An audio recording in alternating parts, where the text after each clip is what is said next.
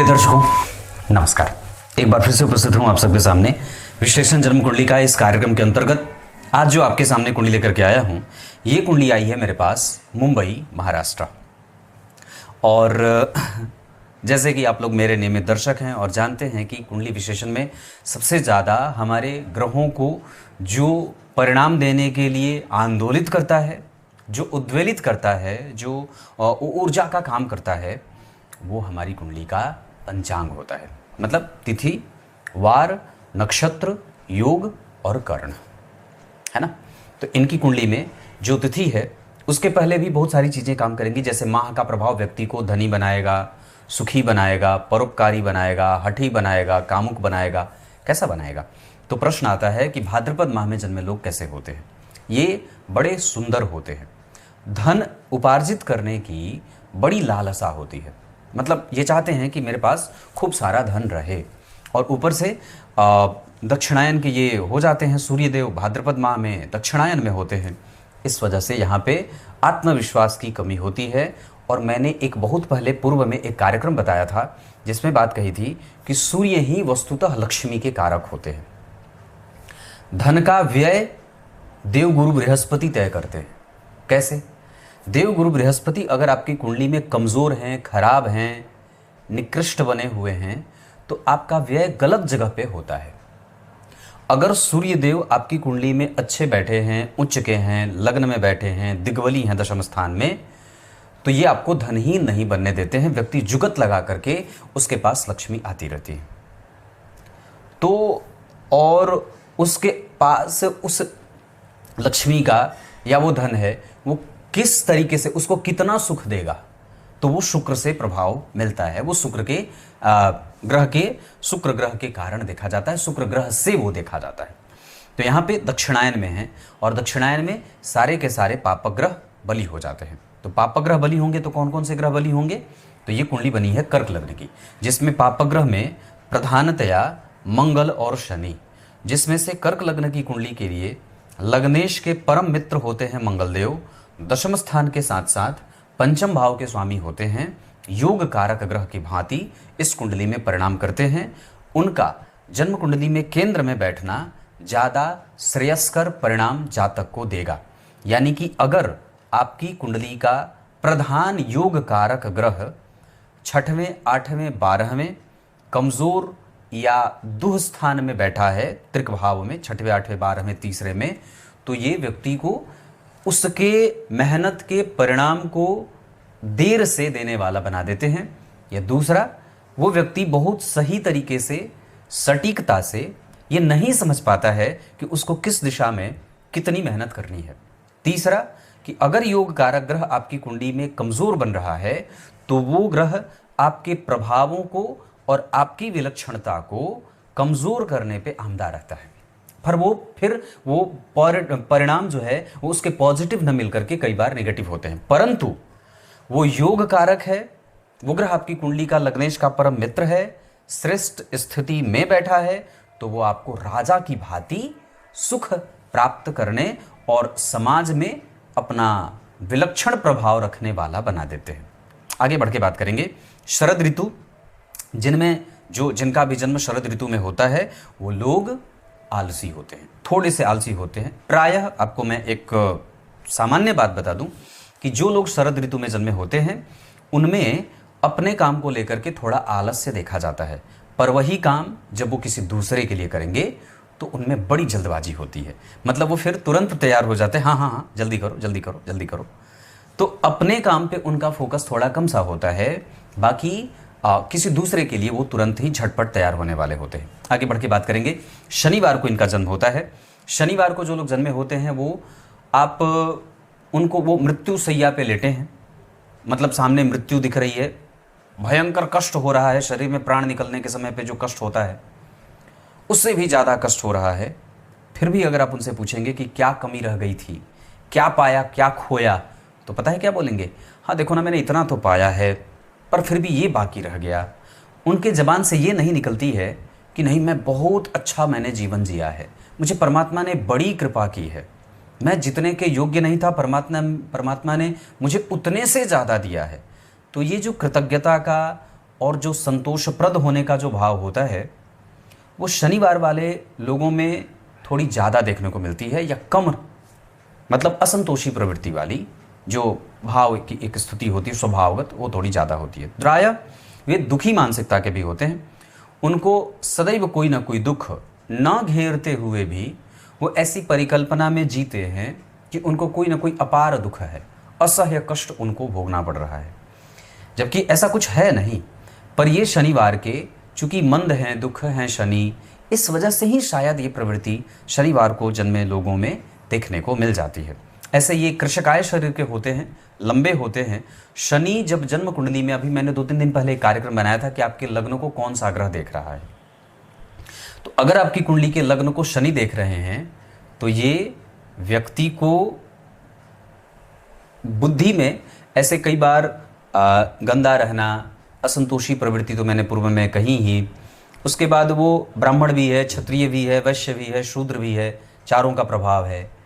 कठोर हो जाता है, कड़वा हो जाता है, निर्दयी हो जाता है और अपने हिसाब से काम करने वाला, किसी की बात न सुनने वाला, ऐसा हो जाता है। या कई बार वो बहुत ज़्यादा प्रैक्टिकल हो जाता है, आगे बढ़ने के प्रक्रम में वो किसी का भी नुकसान कर सकता है ना। अगर वही लग्न पे गुरु की दृष्टि होती, जैसे कि नहीं है, लग्न पे गुरु की दृष्टि नहीं है तो व्यक्ति ब्राह्मण वर्ण का नहीं है। शुक्र की दृष्टि होती तो ब्राह्मण के भांति उसका व्यवहार होता, चंद्रमा की दृष्टि होती तो वैश्य की भांति होता, मंगल और सूर्य की दृष्टि होती तो क्षत्रिय की भांति होता, बुध की दृष्टि होती तो वर्ण संकर होता। शनि की दृष्टि है, इस वजह से दुख का है, वर्ण संकरता का भाव, ऐसा कुछ देखने को मिल जाता है ना। तो यहाँ पे ये भाव दिख रहा है। आगे बढ़ के बात करेंगे शुक्ल पक्ष की प्रतिपदा तिथि। ये कृष्ण पक्ष की अमावस्या जस्ट बीती है और शुक्ल पक्ष के प्रतिपदा के चंद्रमा पापक होते हैं। ऐसी अवस्था में व्यक्ति देखने में तो बड़ा सुंदर, मृदुभाषी, बड़ा ही एक्टिव होता है, पर फिर भी उसको उसके जीवन में धन एक जैसा नहीं आता है। वो कभी ज़्यादा, वो कभी कम कमाता है। और एक जैसा धन नहीं कमाने के कारण उसके पीछे का एक और भी कारण होगा कि जन्म कुंडली में जब षष्ठम स्थान पे जहाँ राहु बैठे हैं 9 नंबर की राशि में, और ये पुरुष की कुंडली है, तो पुरुष की कुंडली के लिए 6वें स्थान में सम संख्या की राशि में राहु का बैठना उत्तम माना गया है। तो जन्म कुंडली के 6वें स्थान पे सम संख्या की राशि नहीं है, वो विषम संख्या की राशि है, वहीं राहु बैठे हैं। लग्न का मान 29 अंश का है। आपको जो कुछ भी देखना होगा, कोई भी एक ग्रह के बारे में जब आप प्रेडिक्शन करेंगे किसी कुंडली पे, तो एक दृष्टि आपकी लग्न के मान के ऊपर जाएगी और दूसरी दृष्टि उस भाव में बन रही राशि पे जाएगी और तीसरी दृष्टि आपकी उस भाव में बैठे ग्रह की जाएगी। चौथी दृष्टि उस भाव में जो बैठा ग्रह है वो किस नक्षत्र में बैठा है इस पे जाएगी। पांचवी दृष्टि इस पे जाएगी कि उस भाव पे किस ग्रह की दृष्टि है। छठवीं दृष्टि ये जाएगी कि उस भाव में बैठा ग्रह, जैसे राहु के बारे में बात करते हैं, तो इस भाव का बैठा ग्रह कहां कहां देख रहा है। नवमांश में कैसा गया है 7वीं दृष्टि। 8वीं दृष्टि इस बात पे जाएगी कि नवांश में वो किस भाव में, लग्न कुंडली में जो राशि बनी है 6वें भाव में, वो नवांश कुंडली में कहां बन रही है, तो 10वें स्थान में। यहां खराब भाव में बैठे थे, यहां उसको एक अच्छा भाव मिल गया, मतलब गुरु की दृष्टि या गुरु का प्रभाव या गुरु की राशि अब अच्छी हो जाएगी, है ना। तो कहने का अर्थ है कि इतनी सारी चीजें जब आप देखते हैं तब जाकर के आपको एक परिणाम प्राप्त होता है, और वही एक परिणाम जातक को शुद्धि और अशुद्धि का, सुख और दुख का, लोभ और मुक्त का भाव प्रदर्शित करता है। क्लियर है। तो यहां शुक्ल पक्ष की प्रतिपदा के चंद्रमा पक्ष बल से कमजोर हो गए। दूसरे, लग्न का मान 29 अंश, और तीसरा कि 6वें भाव में विषम संख्या की राशि बनी जो कि शुभ ग्रह की राशि है, और वहां राहु बैठ करके 10वें स्थान पे देख रहे हैं। लग्न के अधिपति चंद्रमा तीसरे भाव में बैठ गए, तो चंद्रमा पक्षबल से कमजोर, लग्नेश इसलिए कमजोर क्योंकि वो तीसरे भाव में चला गया। तीसरी स्थिति ये कि जन्म कुंडली में राहु की दृष्टि 10वें स्थान पे है, चंद्रमा के ऊपर किसी शुभ ग्रह का कोई प्रभाव नहीं है, उल्टे मंगल की दृष्टि जा रही है। तो व्यक्ति मेहनती तो होगा, पर वो कई बार अपने जीवन का अधिकांश समय कुछ ऐसे क्षेत्रों पे विषय में खर्च कर देता है, ऐसे विषयों पे खर्च कर देता है जहां से उसको कुछ भी प्राप्त नहीं होता या बड़ा कम सा प्राप्त होता है। और ऐसा क्यों होता है? क्योंकि व्यक्ति की प्रवृत्ति है मेहनत करने वाली। क्यों है मेहनत करने वाली? क्योंकि लग्नेश ही तीसरे भाव में बैठे हैं, तो व्यक्ति अपने भाइयों के भाग्य के सुख से आगे बढ़ता है, भाइयों से उसकी संपत्ति का लाभ होता है उसको। लेकिन मंगल और चंद्रमा का संबंध चतुर्थ दशम का बन रहा है और चंद्रमा से 10 घर आगे मंगल बैठे हैं, जो व्यक्ति को महत्वाकांक्षी और पदस्थ बनाते हैं। पर परेशानी यह होगी, चूंकि चंद्रमा पापक ग्रह हो रहे हैं, लग्न का मान कमजोर है, तीसरे भाव का कारक ग्रह 12वें राहु केतु मंगल के संपर्क में आ रहा है और ऊपर से लग्न का मान 0 है या 29 है, या लग्न पे किसी शुभ ग्रह की कोई दृष्टि नहीं, ऊपर से मारक ग्रह आपकी कुंडली के लग्न को देख रहा है। तो शनि दिग्बली हैं, लेकिन जन्म कुंडली में वो एक अच्छे भाव की दृष्टि या अच्छे ग्रह की दृष्टि जब लग्न पे नहीं जाएगी तो वो गड़बड़ी पैदा करेंगे। इस वजह से जीवन का जो आरंभ का क्षेत्र होता है वो व्यक्ति को मेहनत करने पे विवश करता है। आगे बढ़ के बात करूं, हस्त नक्षत्र। हस्त नक्षत्र वस्तुतः तो ये चंद्रमा का नक्षत्र है, पर इसके जो स्वामी देवता हैं वो भगवान सूर्य हैं। तो जो व्यक्ति, जो कि समस्त, आपको मैंने बहुत बार ये कार्यक्रम में बात बताई है कि किसी भी व्यक्ति की कुंडली के अगर सूर्य बलवान हैं, अच्छे बने हैं, ठीक बैठे हैं, तो वो व्यक्ति सर्वांग पीड़ा से मुक्त रहता है। बहुत ध्यान से समझिएगा, अगर कुंडली में सूर्य आपके अच्छे बैठे हैं तो आपको बहुत बड़ा कष्ट नहीं होने देंगे। धन का, सामाजिकता का, आत्मविश्वास का, आत्मा का, शारीरिक कमजोरी, इम्यून सिस्टम, बौद्धिकता, नैतिकता, चरित्रवान होना, ज्ञानी होना, धर्मज्ञ होना, सैद्धांतिक पक्षों का पालन करना, चरित्रवान मैंने कहा, तो ये इतने सारे गुण उसमें आ जाते हैं। लेकिन अगर ये नक्षत्र के स्वामी देवता जो चंद्रमा हैं वो पापक हैं, चूंकि हस्त नक्षत्र में चंद्रमा अपने नक्षत्र में तो बैठ गए, पर इसके जो स्वामी देवता हैं वो सूर्य धन भाव के स्वामी होकर के कर्क लग्न की कुंडली के लिए तीसरे भाव में बैठेंगे, बुध के साथ बैठेंगे, जो लाभेश हैं, जो 12वें भाव के अधिपति हैं, तीसरे भाव में बैठे हैं। अमावस्या दोष पहले ही चंद्रमा को लगा हुआ है, इस कारण से अब यहां व्यक्ति मेहनत करेगा तब उसको धन की प्राप्ति होगी और उसका धन उसके पास मेहनत से आएगा। एक अच्छी बात यह है कि व्यक्ति मेहनत करने से चूकेगा नहीं। साथ ही साथ ये जो नक्षत्र है, यह हस्त नक्षत्र, इसमें जातक को घी का दान करना चाहिए, कमल के पुष्प का दान करना चाहिए, कमल के पुष्प को ठाकुर जी पे अर्पित करना चाहिए, कमल गट्टे की माला गले में धारण करनी चाहिए, रक्त चंदन की माला गले में धारण करनी चाहिए, रविवार को नमक का सेवन बिल्कुल नहीं करना चाहिए। और इस कुंडली में तो जहर खा लो पर मांस ना खाओ, सच्ची बोल रहा हूं, उदाहरण हंसने के लिए बोला, जहर खा लीजिए वो शायद कम नुकसान करे, पर मांसाहार आपको मार देगा, काट देगा। सच्ची बात है, ये कुंडली कर्क लग्न की है जहां धनेश ही स्वयं सूर्य हो जाते हैं और वो कहां बैठे हैं? पहले तो उनकी स्थिति कि तीसरे भाव में, दूसरा धन का जो फ्लो होता है वो चंद्रमा से आता है। आपके चंद्रमा कमजोर हो रहे हैं, आपके लग्नेश कमजोर हो रहे हैं, आपके लग्न पे किसी भी शुभ ग्रह की कोई दृष्टि नहीं है, और साथ ही साथ जन्म कुंडली में राहु 6वें भाव में बैठ करके आपकी जन्म कुंडली के दशम स्थान के अधिपति मंगल को और दशम स्थान को, दोनों पे उनकी दृष्टि है। तो जब दशम स्थान पे राहु की दृष्टि जाएगी या दशम स्थान के अधिपति पे राहु की दृष्टि जाएगी, तो याद करिए कि आपके पास महत्वाकांक्षा तो बड़ी ज्यादा है, आगे बढ़ने की शक्ति तो बड़ी ज्यादा रखते हैं, पर वस्तुतः वो उसमें भ्रम पैदा करते हैं और व्यक्ति अपने कारोबार को लेकर के प्रायः संशयों में बीतता रहता है। क्लियर है? इस वजह से चंद्रमा हस्त नक्षत्र में स्वामी देवता सूर्य हैं। ओम सवित्रे नमः, इस मंत्र का जप करना चाहिए। सूर्य को साष्टांग प्रणाम करिए, है ना। आदित्य नमस्कार प्रिय, आदित्य को नमस्कार प्रिय है, बहुत गहरी बात है।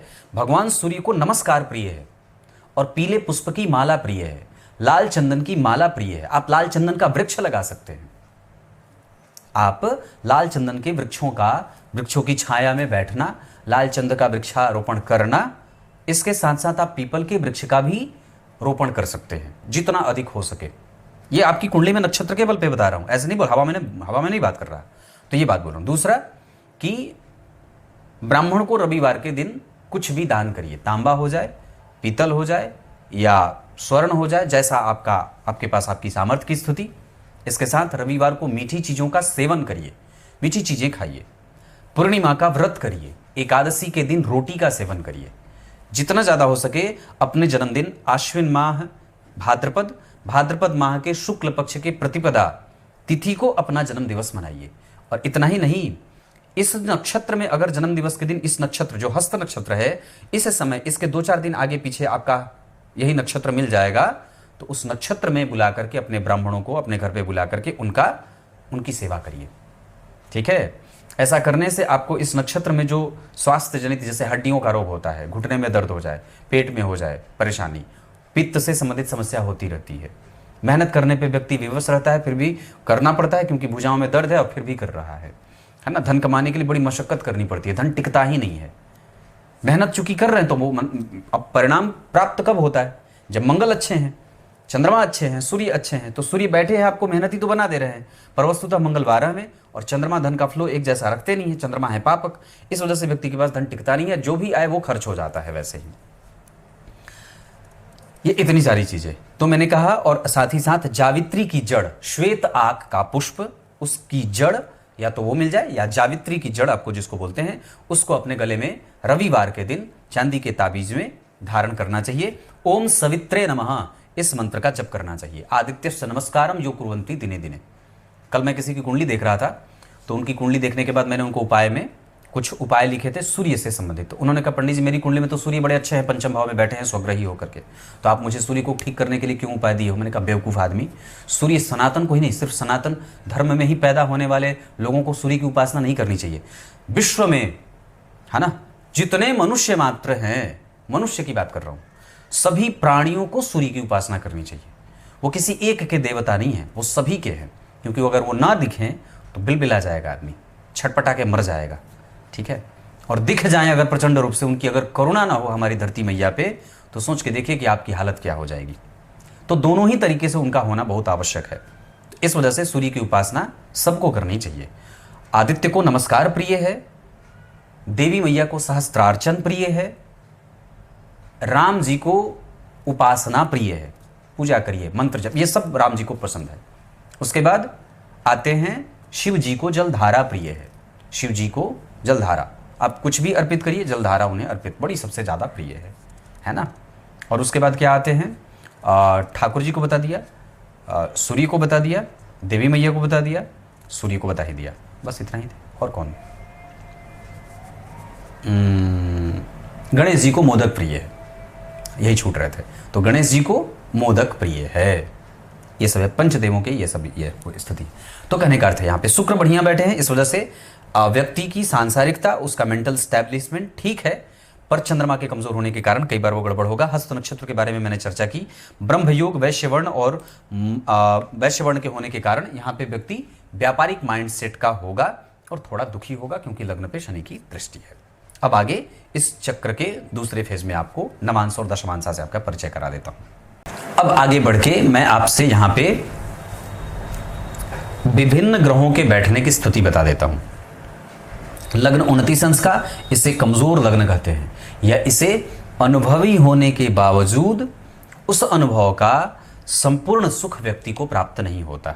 ये इस लग्न के कमजोर होने का, आश्लेषा का लग्न है, इस वजह से भी व्यक्ति जहां क्रोध करना होता है वहां नहीं करता, जहां दिमाग लगाना होता है वहां नहीं लगा रहा है, और जहां नहीं लगाना है वहां दिमाग से ऊर्जा के नष्ट होने की स्थिति बन रही है। तीसरे भाव में गुरु बैठे हैं षष्ठेश होकर के और भाग्येश होकर के, इस वजह से भाग्य का सुख कमजोर मिलता है। गुरुजनों की पूजा, गुरुजनों की आराधना और गुरु दीक्षा, मंत्र दीक्षा लीजिए और उस मंत्र का जप करिए। इससे आपके पास लक्ष्मी से संबंधित समस्या दूर होने लगेगी, चाहे जो भी बनी हो।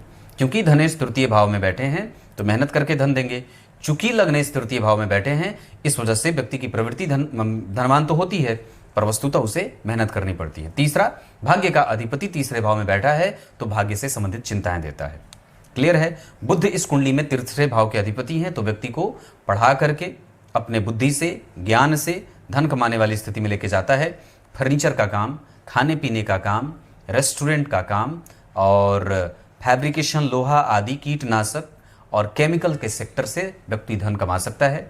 बिल्डिंग कंस्ट्रक्शन, पत्थरों के काम, ग्रेनाइट आदि से भी धन कमा सकता है। इसके अतिरिक्त ये कुंडली कर्क लग्न की बनी है। केंद्र में चर प्रकृति की राशियां बनी हैं तो एक जगह से नहीं तो कई बार घूम घूम करके कई जगहों से व्यक्ति धन कमाते हुए देखा जाता है। आप अपने जन्म स्थान से बहुत ज्यादा दूर नहीं जाएंगे, फिर भी आपको धन मिलता रहेगा, लेकिन घूम करके धन कमाने के योग बने हुए हैं। एक वक्त पे आने के बाद आपको एक जगह पे स्थिर होकर के पैसा आने लगेगा, पर अभी आपको घूम करके या कहीं दूर जाकर के भी धन कमाना हो तो बिल्कुल कमा सकते हैं। तृतीय भाव में गुरु 3 अंश के उत्तरा फाल्गुनी नक्षत्र में बैठे हैं, जिसके कारण वो आपको सैद्धांतिक बना रहे हैं। इस वजह से भी कई बार व्यक्ति अपने लक्ष्यों को प्राप्त करने से चूकने वाला हो जाता है।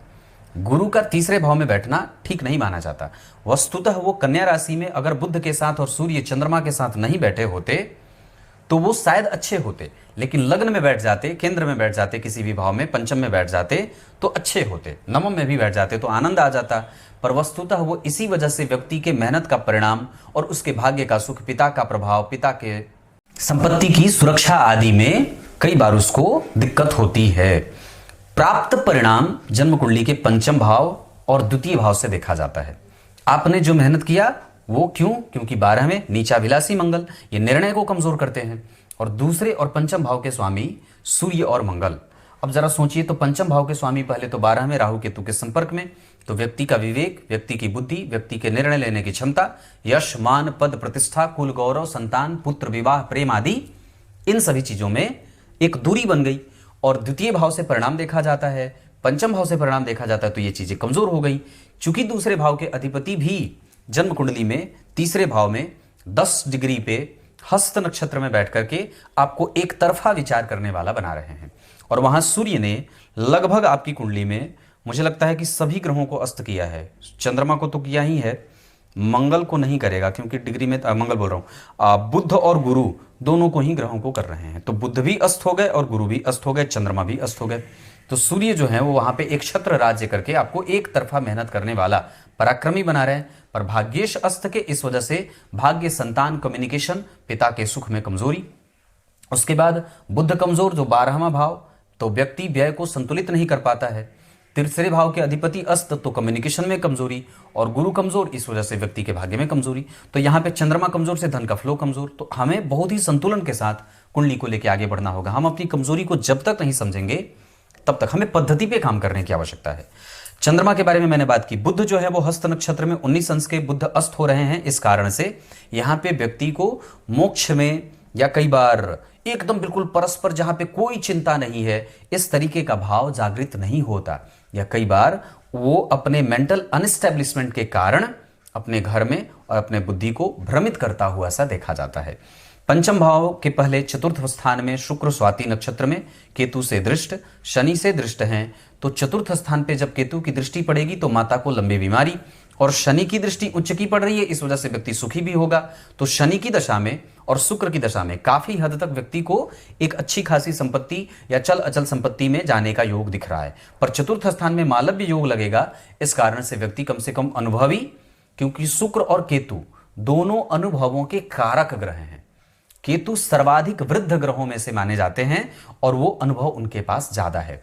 शुक्र दूसरे नंबर पे वृद्ध ग्रहों में से आते हैं, इस वजह से शुक्रदेव भी यहां व्यक्ति को अनुभवी बनाएंगे, जिसका दिमाग काफी शांत रहना चाहता है, पर परिस्थिति वसात व्यय के कारण वो शांत नहीं रह पाता है। आपके वास्तु का दोष आपके पास संभवतया थोड़े बहुत परेशान कर रहे हैं। मंगल के नीच होने के कारण व्यक्ति को उसके दाम्पत्य का सुख बहुत बढ़िया मिलेगा, क्योंकि नवांश कुंडली में भी शुक्र कम से कम ठीक बैठे हुए हैं। अब यहां तक मैंने यहां पे रोक करके राहु के बारे में चर्चा की। तो विषम संख्या की राशि का पुरुष की कुंडली में 6वें भाव में बैठना राहु का कमजोर होता है। इस कारण से व्यक्ति को कारोबार, व्यक्ति की दिनचर्या, व्यक्ति की सामाजिकता, उसके धन कमाने की गति और व्यय, ये सब अनियंत्रित होते रहते हैं और कहीं ना कहीं डिग्रेडेशन देखने को मिल जाती है। सप्तम स्थान में शनि दिग्बली होते हैं, यहां ये अति विशिष्ट कारक भी होते हैं।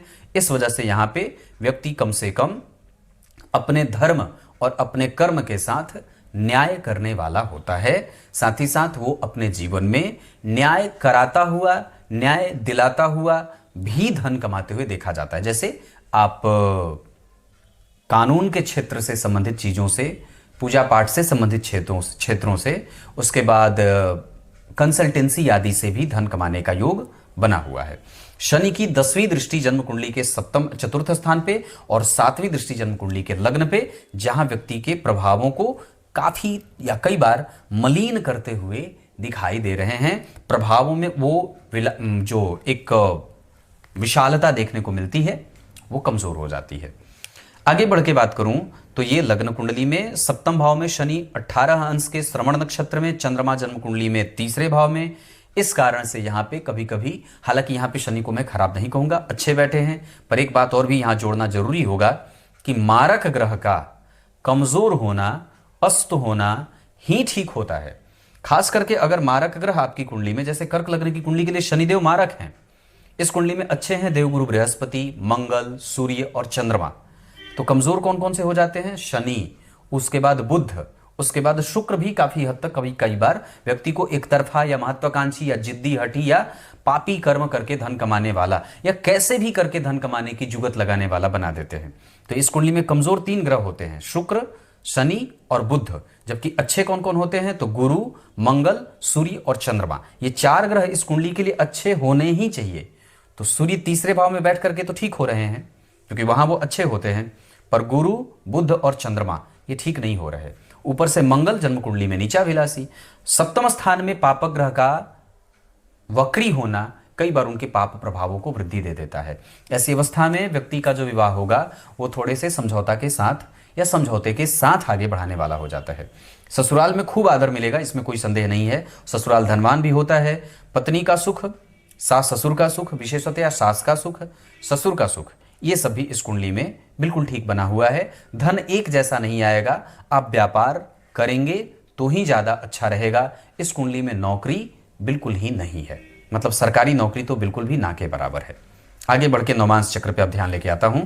यहाँ के भाग्य भाव के स्वामी यहाँ के लग्नेश बन रहे हैं और नवांश कुंडली के चतुर्थ स्थान पे शनि चंद्रमा बैठे हैं, बुध भी बैठे हैं। इस वजह से कई बार वहां पे एक वैराग्य वाली बात आ जाती है, जहां व्यक्ति तुरंत ही झगड़ा करेगा, तुरंत ही रूठेगा, तुरंत ही मनाएगा। ये स्थिति बन जाती है जहां पे एक जो आकर्षण होना चाहिए वो विवाह में थोड़ा कम सा देखने को मिलता है। 12वें भाव में मंगल, लग्न कुंडली में भी, नवांश चक्र में भी 12वें भाव में मंगल बैठे हैं। ये भाव से वर्गोत्तम होने के कारण योग कारक ग्रह बलवान होगा तो अपनी दशा काल में व्यक्ति को सुख देने वाला बनता है। चंद्रमा से दशम स्थान में बैठे हैं लग्न कुंडली में, नवांश चक्र में भी चंद्रमा से नवम पंचम के संबंध में जा रहे हैं। इस वजह से मंगल की दशा इस कुंडली के लिए एक अच्छे ग्रह के रूप में प्रभावित करेगी, पर सामान्यतः आरंभ में थोड़ा कष्ट देगी।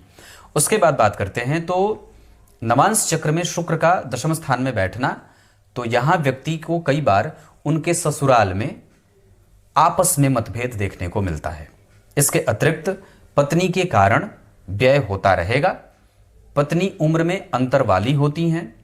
धन व्यक्ति कमाएगा, ऋण के साथ व्यक्ति का धन का कमाना, ऋण लेकर के धन कमाना, ऐसी स्थितियां भी बन रही हैं। साथ ही साथ यहां व्यक्ति की पत्नी नौकरी करने वाली होती हैं लेकिन पेट से रोगी हो सकती हैं। इसके अतिरिक्त विवाह होने में थोड़ा विलंब है, 1992 के हैं तो विवाह होने में थोड़ा विलंब है इस कुंडली में। वैसे विवाह करना हो तो तुला राशि तुला लग्न, कन्या राशि कन्या लग्न और साथ ही साथ एक और राशि धनु लग्न के जातकों से के जातिकाओं से विवाह किया जा सकता है। पूरब दिशा की तरफ विवाह सर्वोत्तम रहेगा। वृश्चिक राशि और मीन राशि के जातकों से मैत्री अच्छी रहेगी, जबकि शत्रुता आप नहीं कर सकते कन्या, मकर और मिथुन वालों से। इसके अतिरिक्त मैं बात कर दूं तो थोड़ा सा ध्यान आपका मैंने नक्षत्रों पे लेके देखा और अब बात करेंगे कि थोड़े से ग्रहों की दशाओं पे ध्यान दे देते हैं। राहु की दशा में नौकरी में और पिता के स्वास्थ्य में और धन बचाने में दिक्कत होगी, जबकि मंगल और केतु के साथ गुरु, सूर्य, चंद्रमा और बुध की दशा व्यक्ति को मानसिक अवसाद में या मानसिक कमजोरी में लेके जाएगी। इसके अतिरिक्त सूर्य की दशा में और राहु की दशा में ऋण से संबंधित समस्या, पेट में पित्त से संबंधित समस्या परेशान करेगी, जबकि केतु की दशा में वापस फिर से यह समस्या गुह्य क्षेत्र को परेशान करेगी और कई बार पेट के आंतरिक कष्टों को देने वाली हो जाती है। इसी कुंडली में बुध की दशा में कारोबार से संबंधित छोटी मोटी चिंताएं देखने को मिलेंगी, जबकि गुरु की दशा में व्यापार में थोड़े बहुत शत्रुगत व्यवहार या शत्रुओं के पनपने या व्यापार को थोड़ा मंद गति से चलते हुए देखा जाएगा। इसके अतिरिक्त इस कुंडली में बाकी की चीज़ें मैं अगर बता दूं तो गुरु की दशा लगभग आपको आपका साहस बढ़ाने वाली भी होगी। उसी गुरु की दशा में आपको पिता से फायदा भी होगा। नवांश कुंडली में गुरु नीच के हो रहे हैं, जिनका नीच भंग शनि कर रहे हैं। नवांश कुंडली में शुक्र शत्रु के नवांश में जा रहे हैं, लेकिन उन पे कम से कम चंद्रमा बुध और उनके परम मित्र शनि की दृष्टि है। इस वजह से विवाह के बाद ही इस कुंडली को कुछ अच्छाई में उतरते देख रहा हूं। बाकी इस कुंडली का मेंटल स्टैब्लिशमेंट ठीक है। शुक्र के कारण भवन भूमि वाहन आदि का सुख बहुत अच्छा है। इस कुंडली में कमजोर जो दशा होगी वो 2036 के फरवरी से लेकर के 2041 के जुलाई तक, ये तो टोटल रहा, पर उसमें से 2036 के फरवरी से लेकर के 2038 के जुलाई तक की जो दशा रहेगी वो भयंकर कष्ट देने वाली हो सकती है। उसमें पारिवारिक कष्ट ज्यादा होगा और मानसिक अस्थिरता का दौर चलेगा। एक दशा जिसमें धन का व्यय हो सकता है वो 2030 के 5वें महीने से लेकर के 2033 के जनवरी तक की दशा होगी। इसमें आपको अपने धन को सही दिशा में खर्च करना होगा, निर्णय जल्दबाजी में नहीं लेनी चाहिए। एक दशा जो आपको मानसिक रूप से छोटे तौर पे परेशान करेगी, जो 2029 के जून से लेकर के 2030 के 5वें महीने तक की होगी। यहां आपको मानसिक पीड़ाओं से गुजरना पड़ सकता है। कोई भी शुभ कार्य करना हो आप कर सकते हैं चंद्रमा की दशा में, मंगल की दशा में, गुरु की दशा में, ये और शुक्र की दशा में। भवन भूमि वाहन से संबंधित अगर कोई भी निर्णय लेना हो तो आप शुक्र और गुरु की दशा का अंतर, प्रत्यंतर, महादशा, अंतरदशा इस्तेमाल कर सकते हैं। इसके अतिरिक्त आपकी कुंडली में दाम्पत्य, संतान, बाल बच्चों से संबंधित अगर कोई निर्णय लेना हो तो आप शनि और मंगल की दशा का इस्तेमाल कर सकते हैं। क्लियर है? नक्षत्र के आधार पे मृगशीरा, श्रवण, हस्त,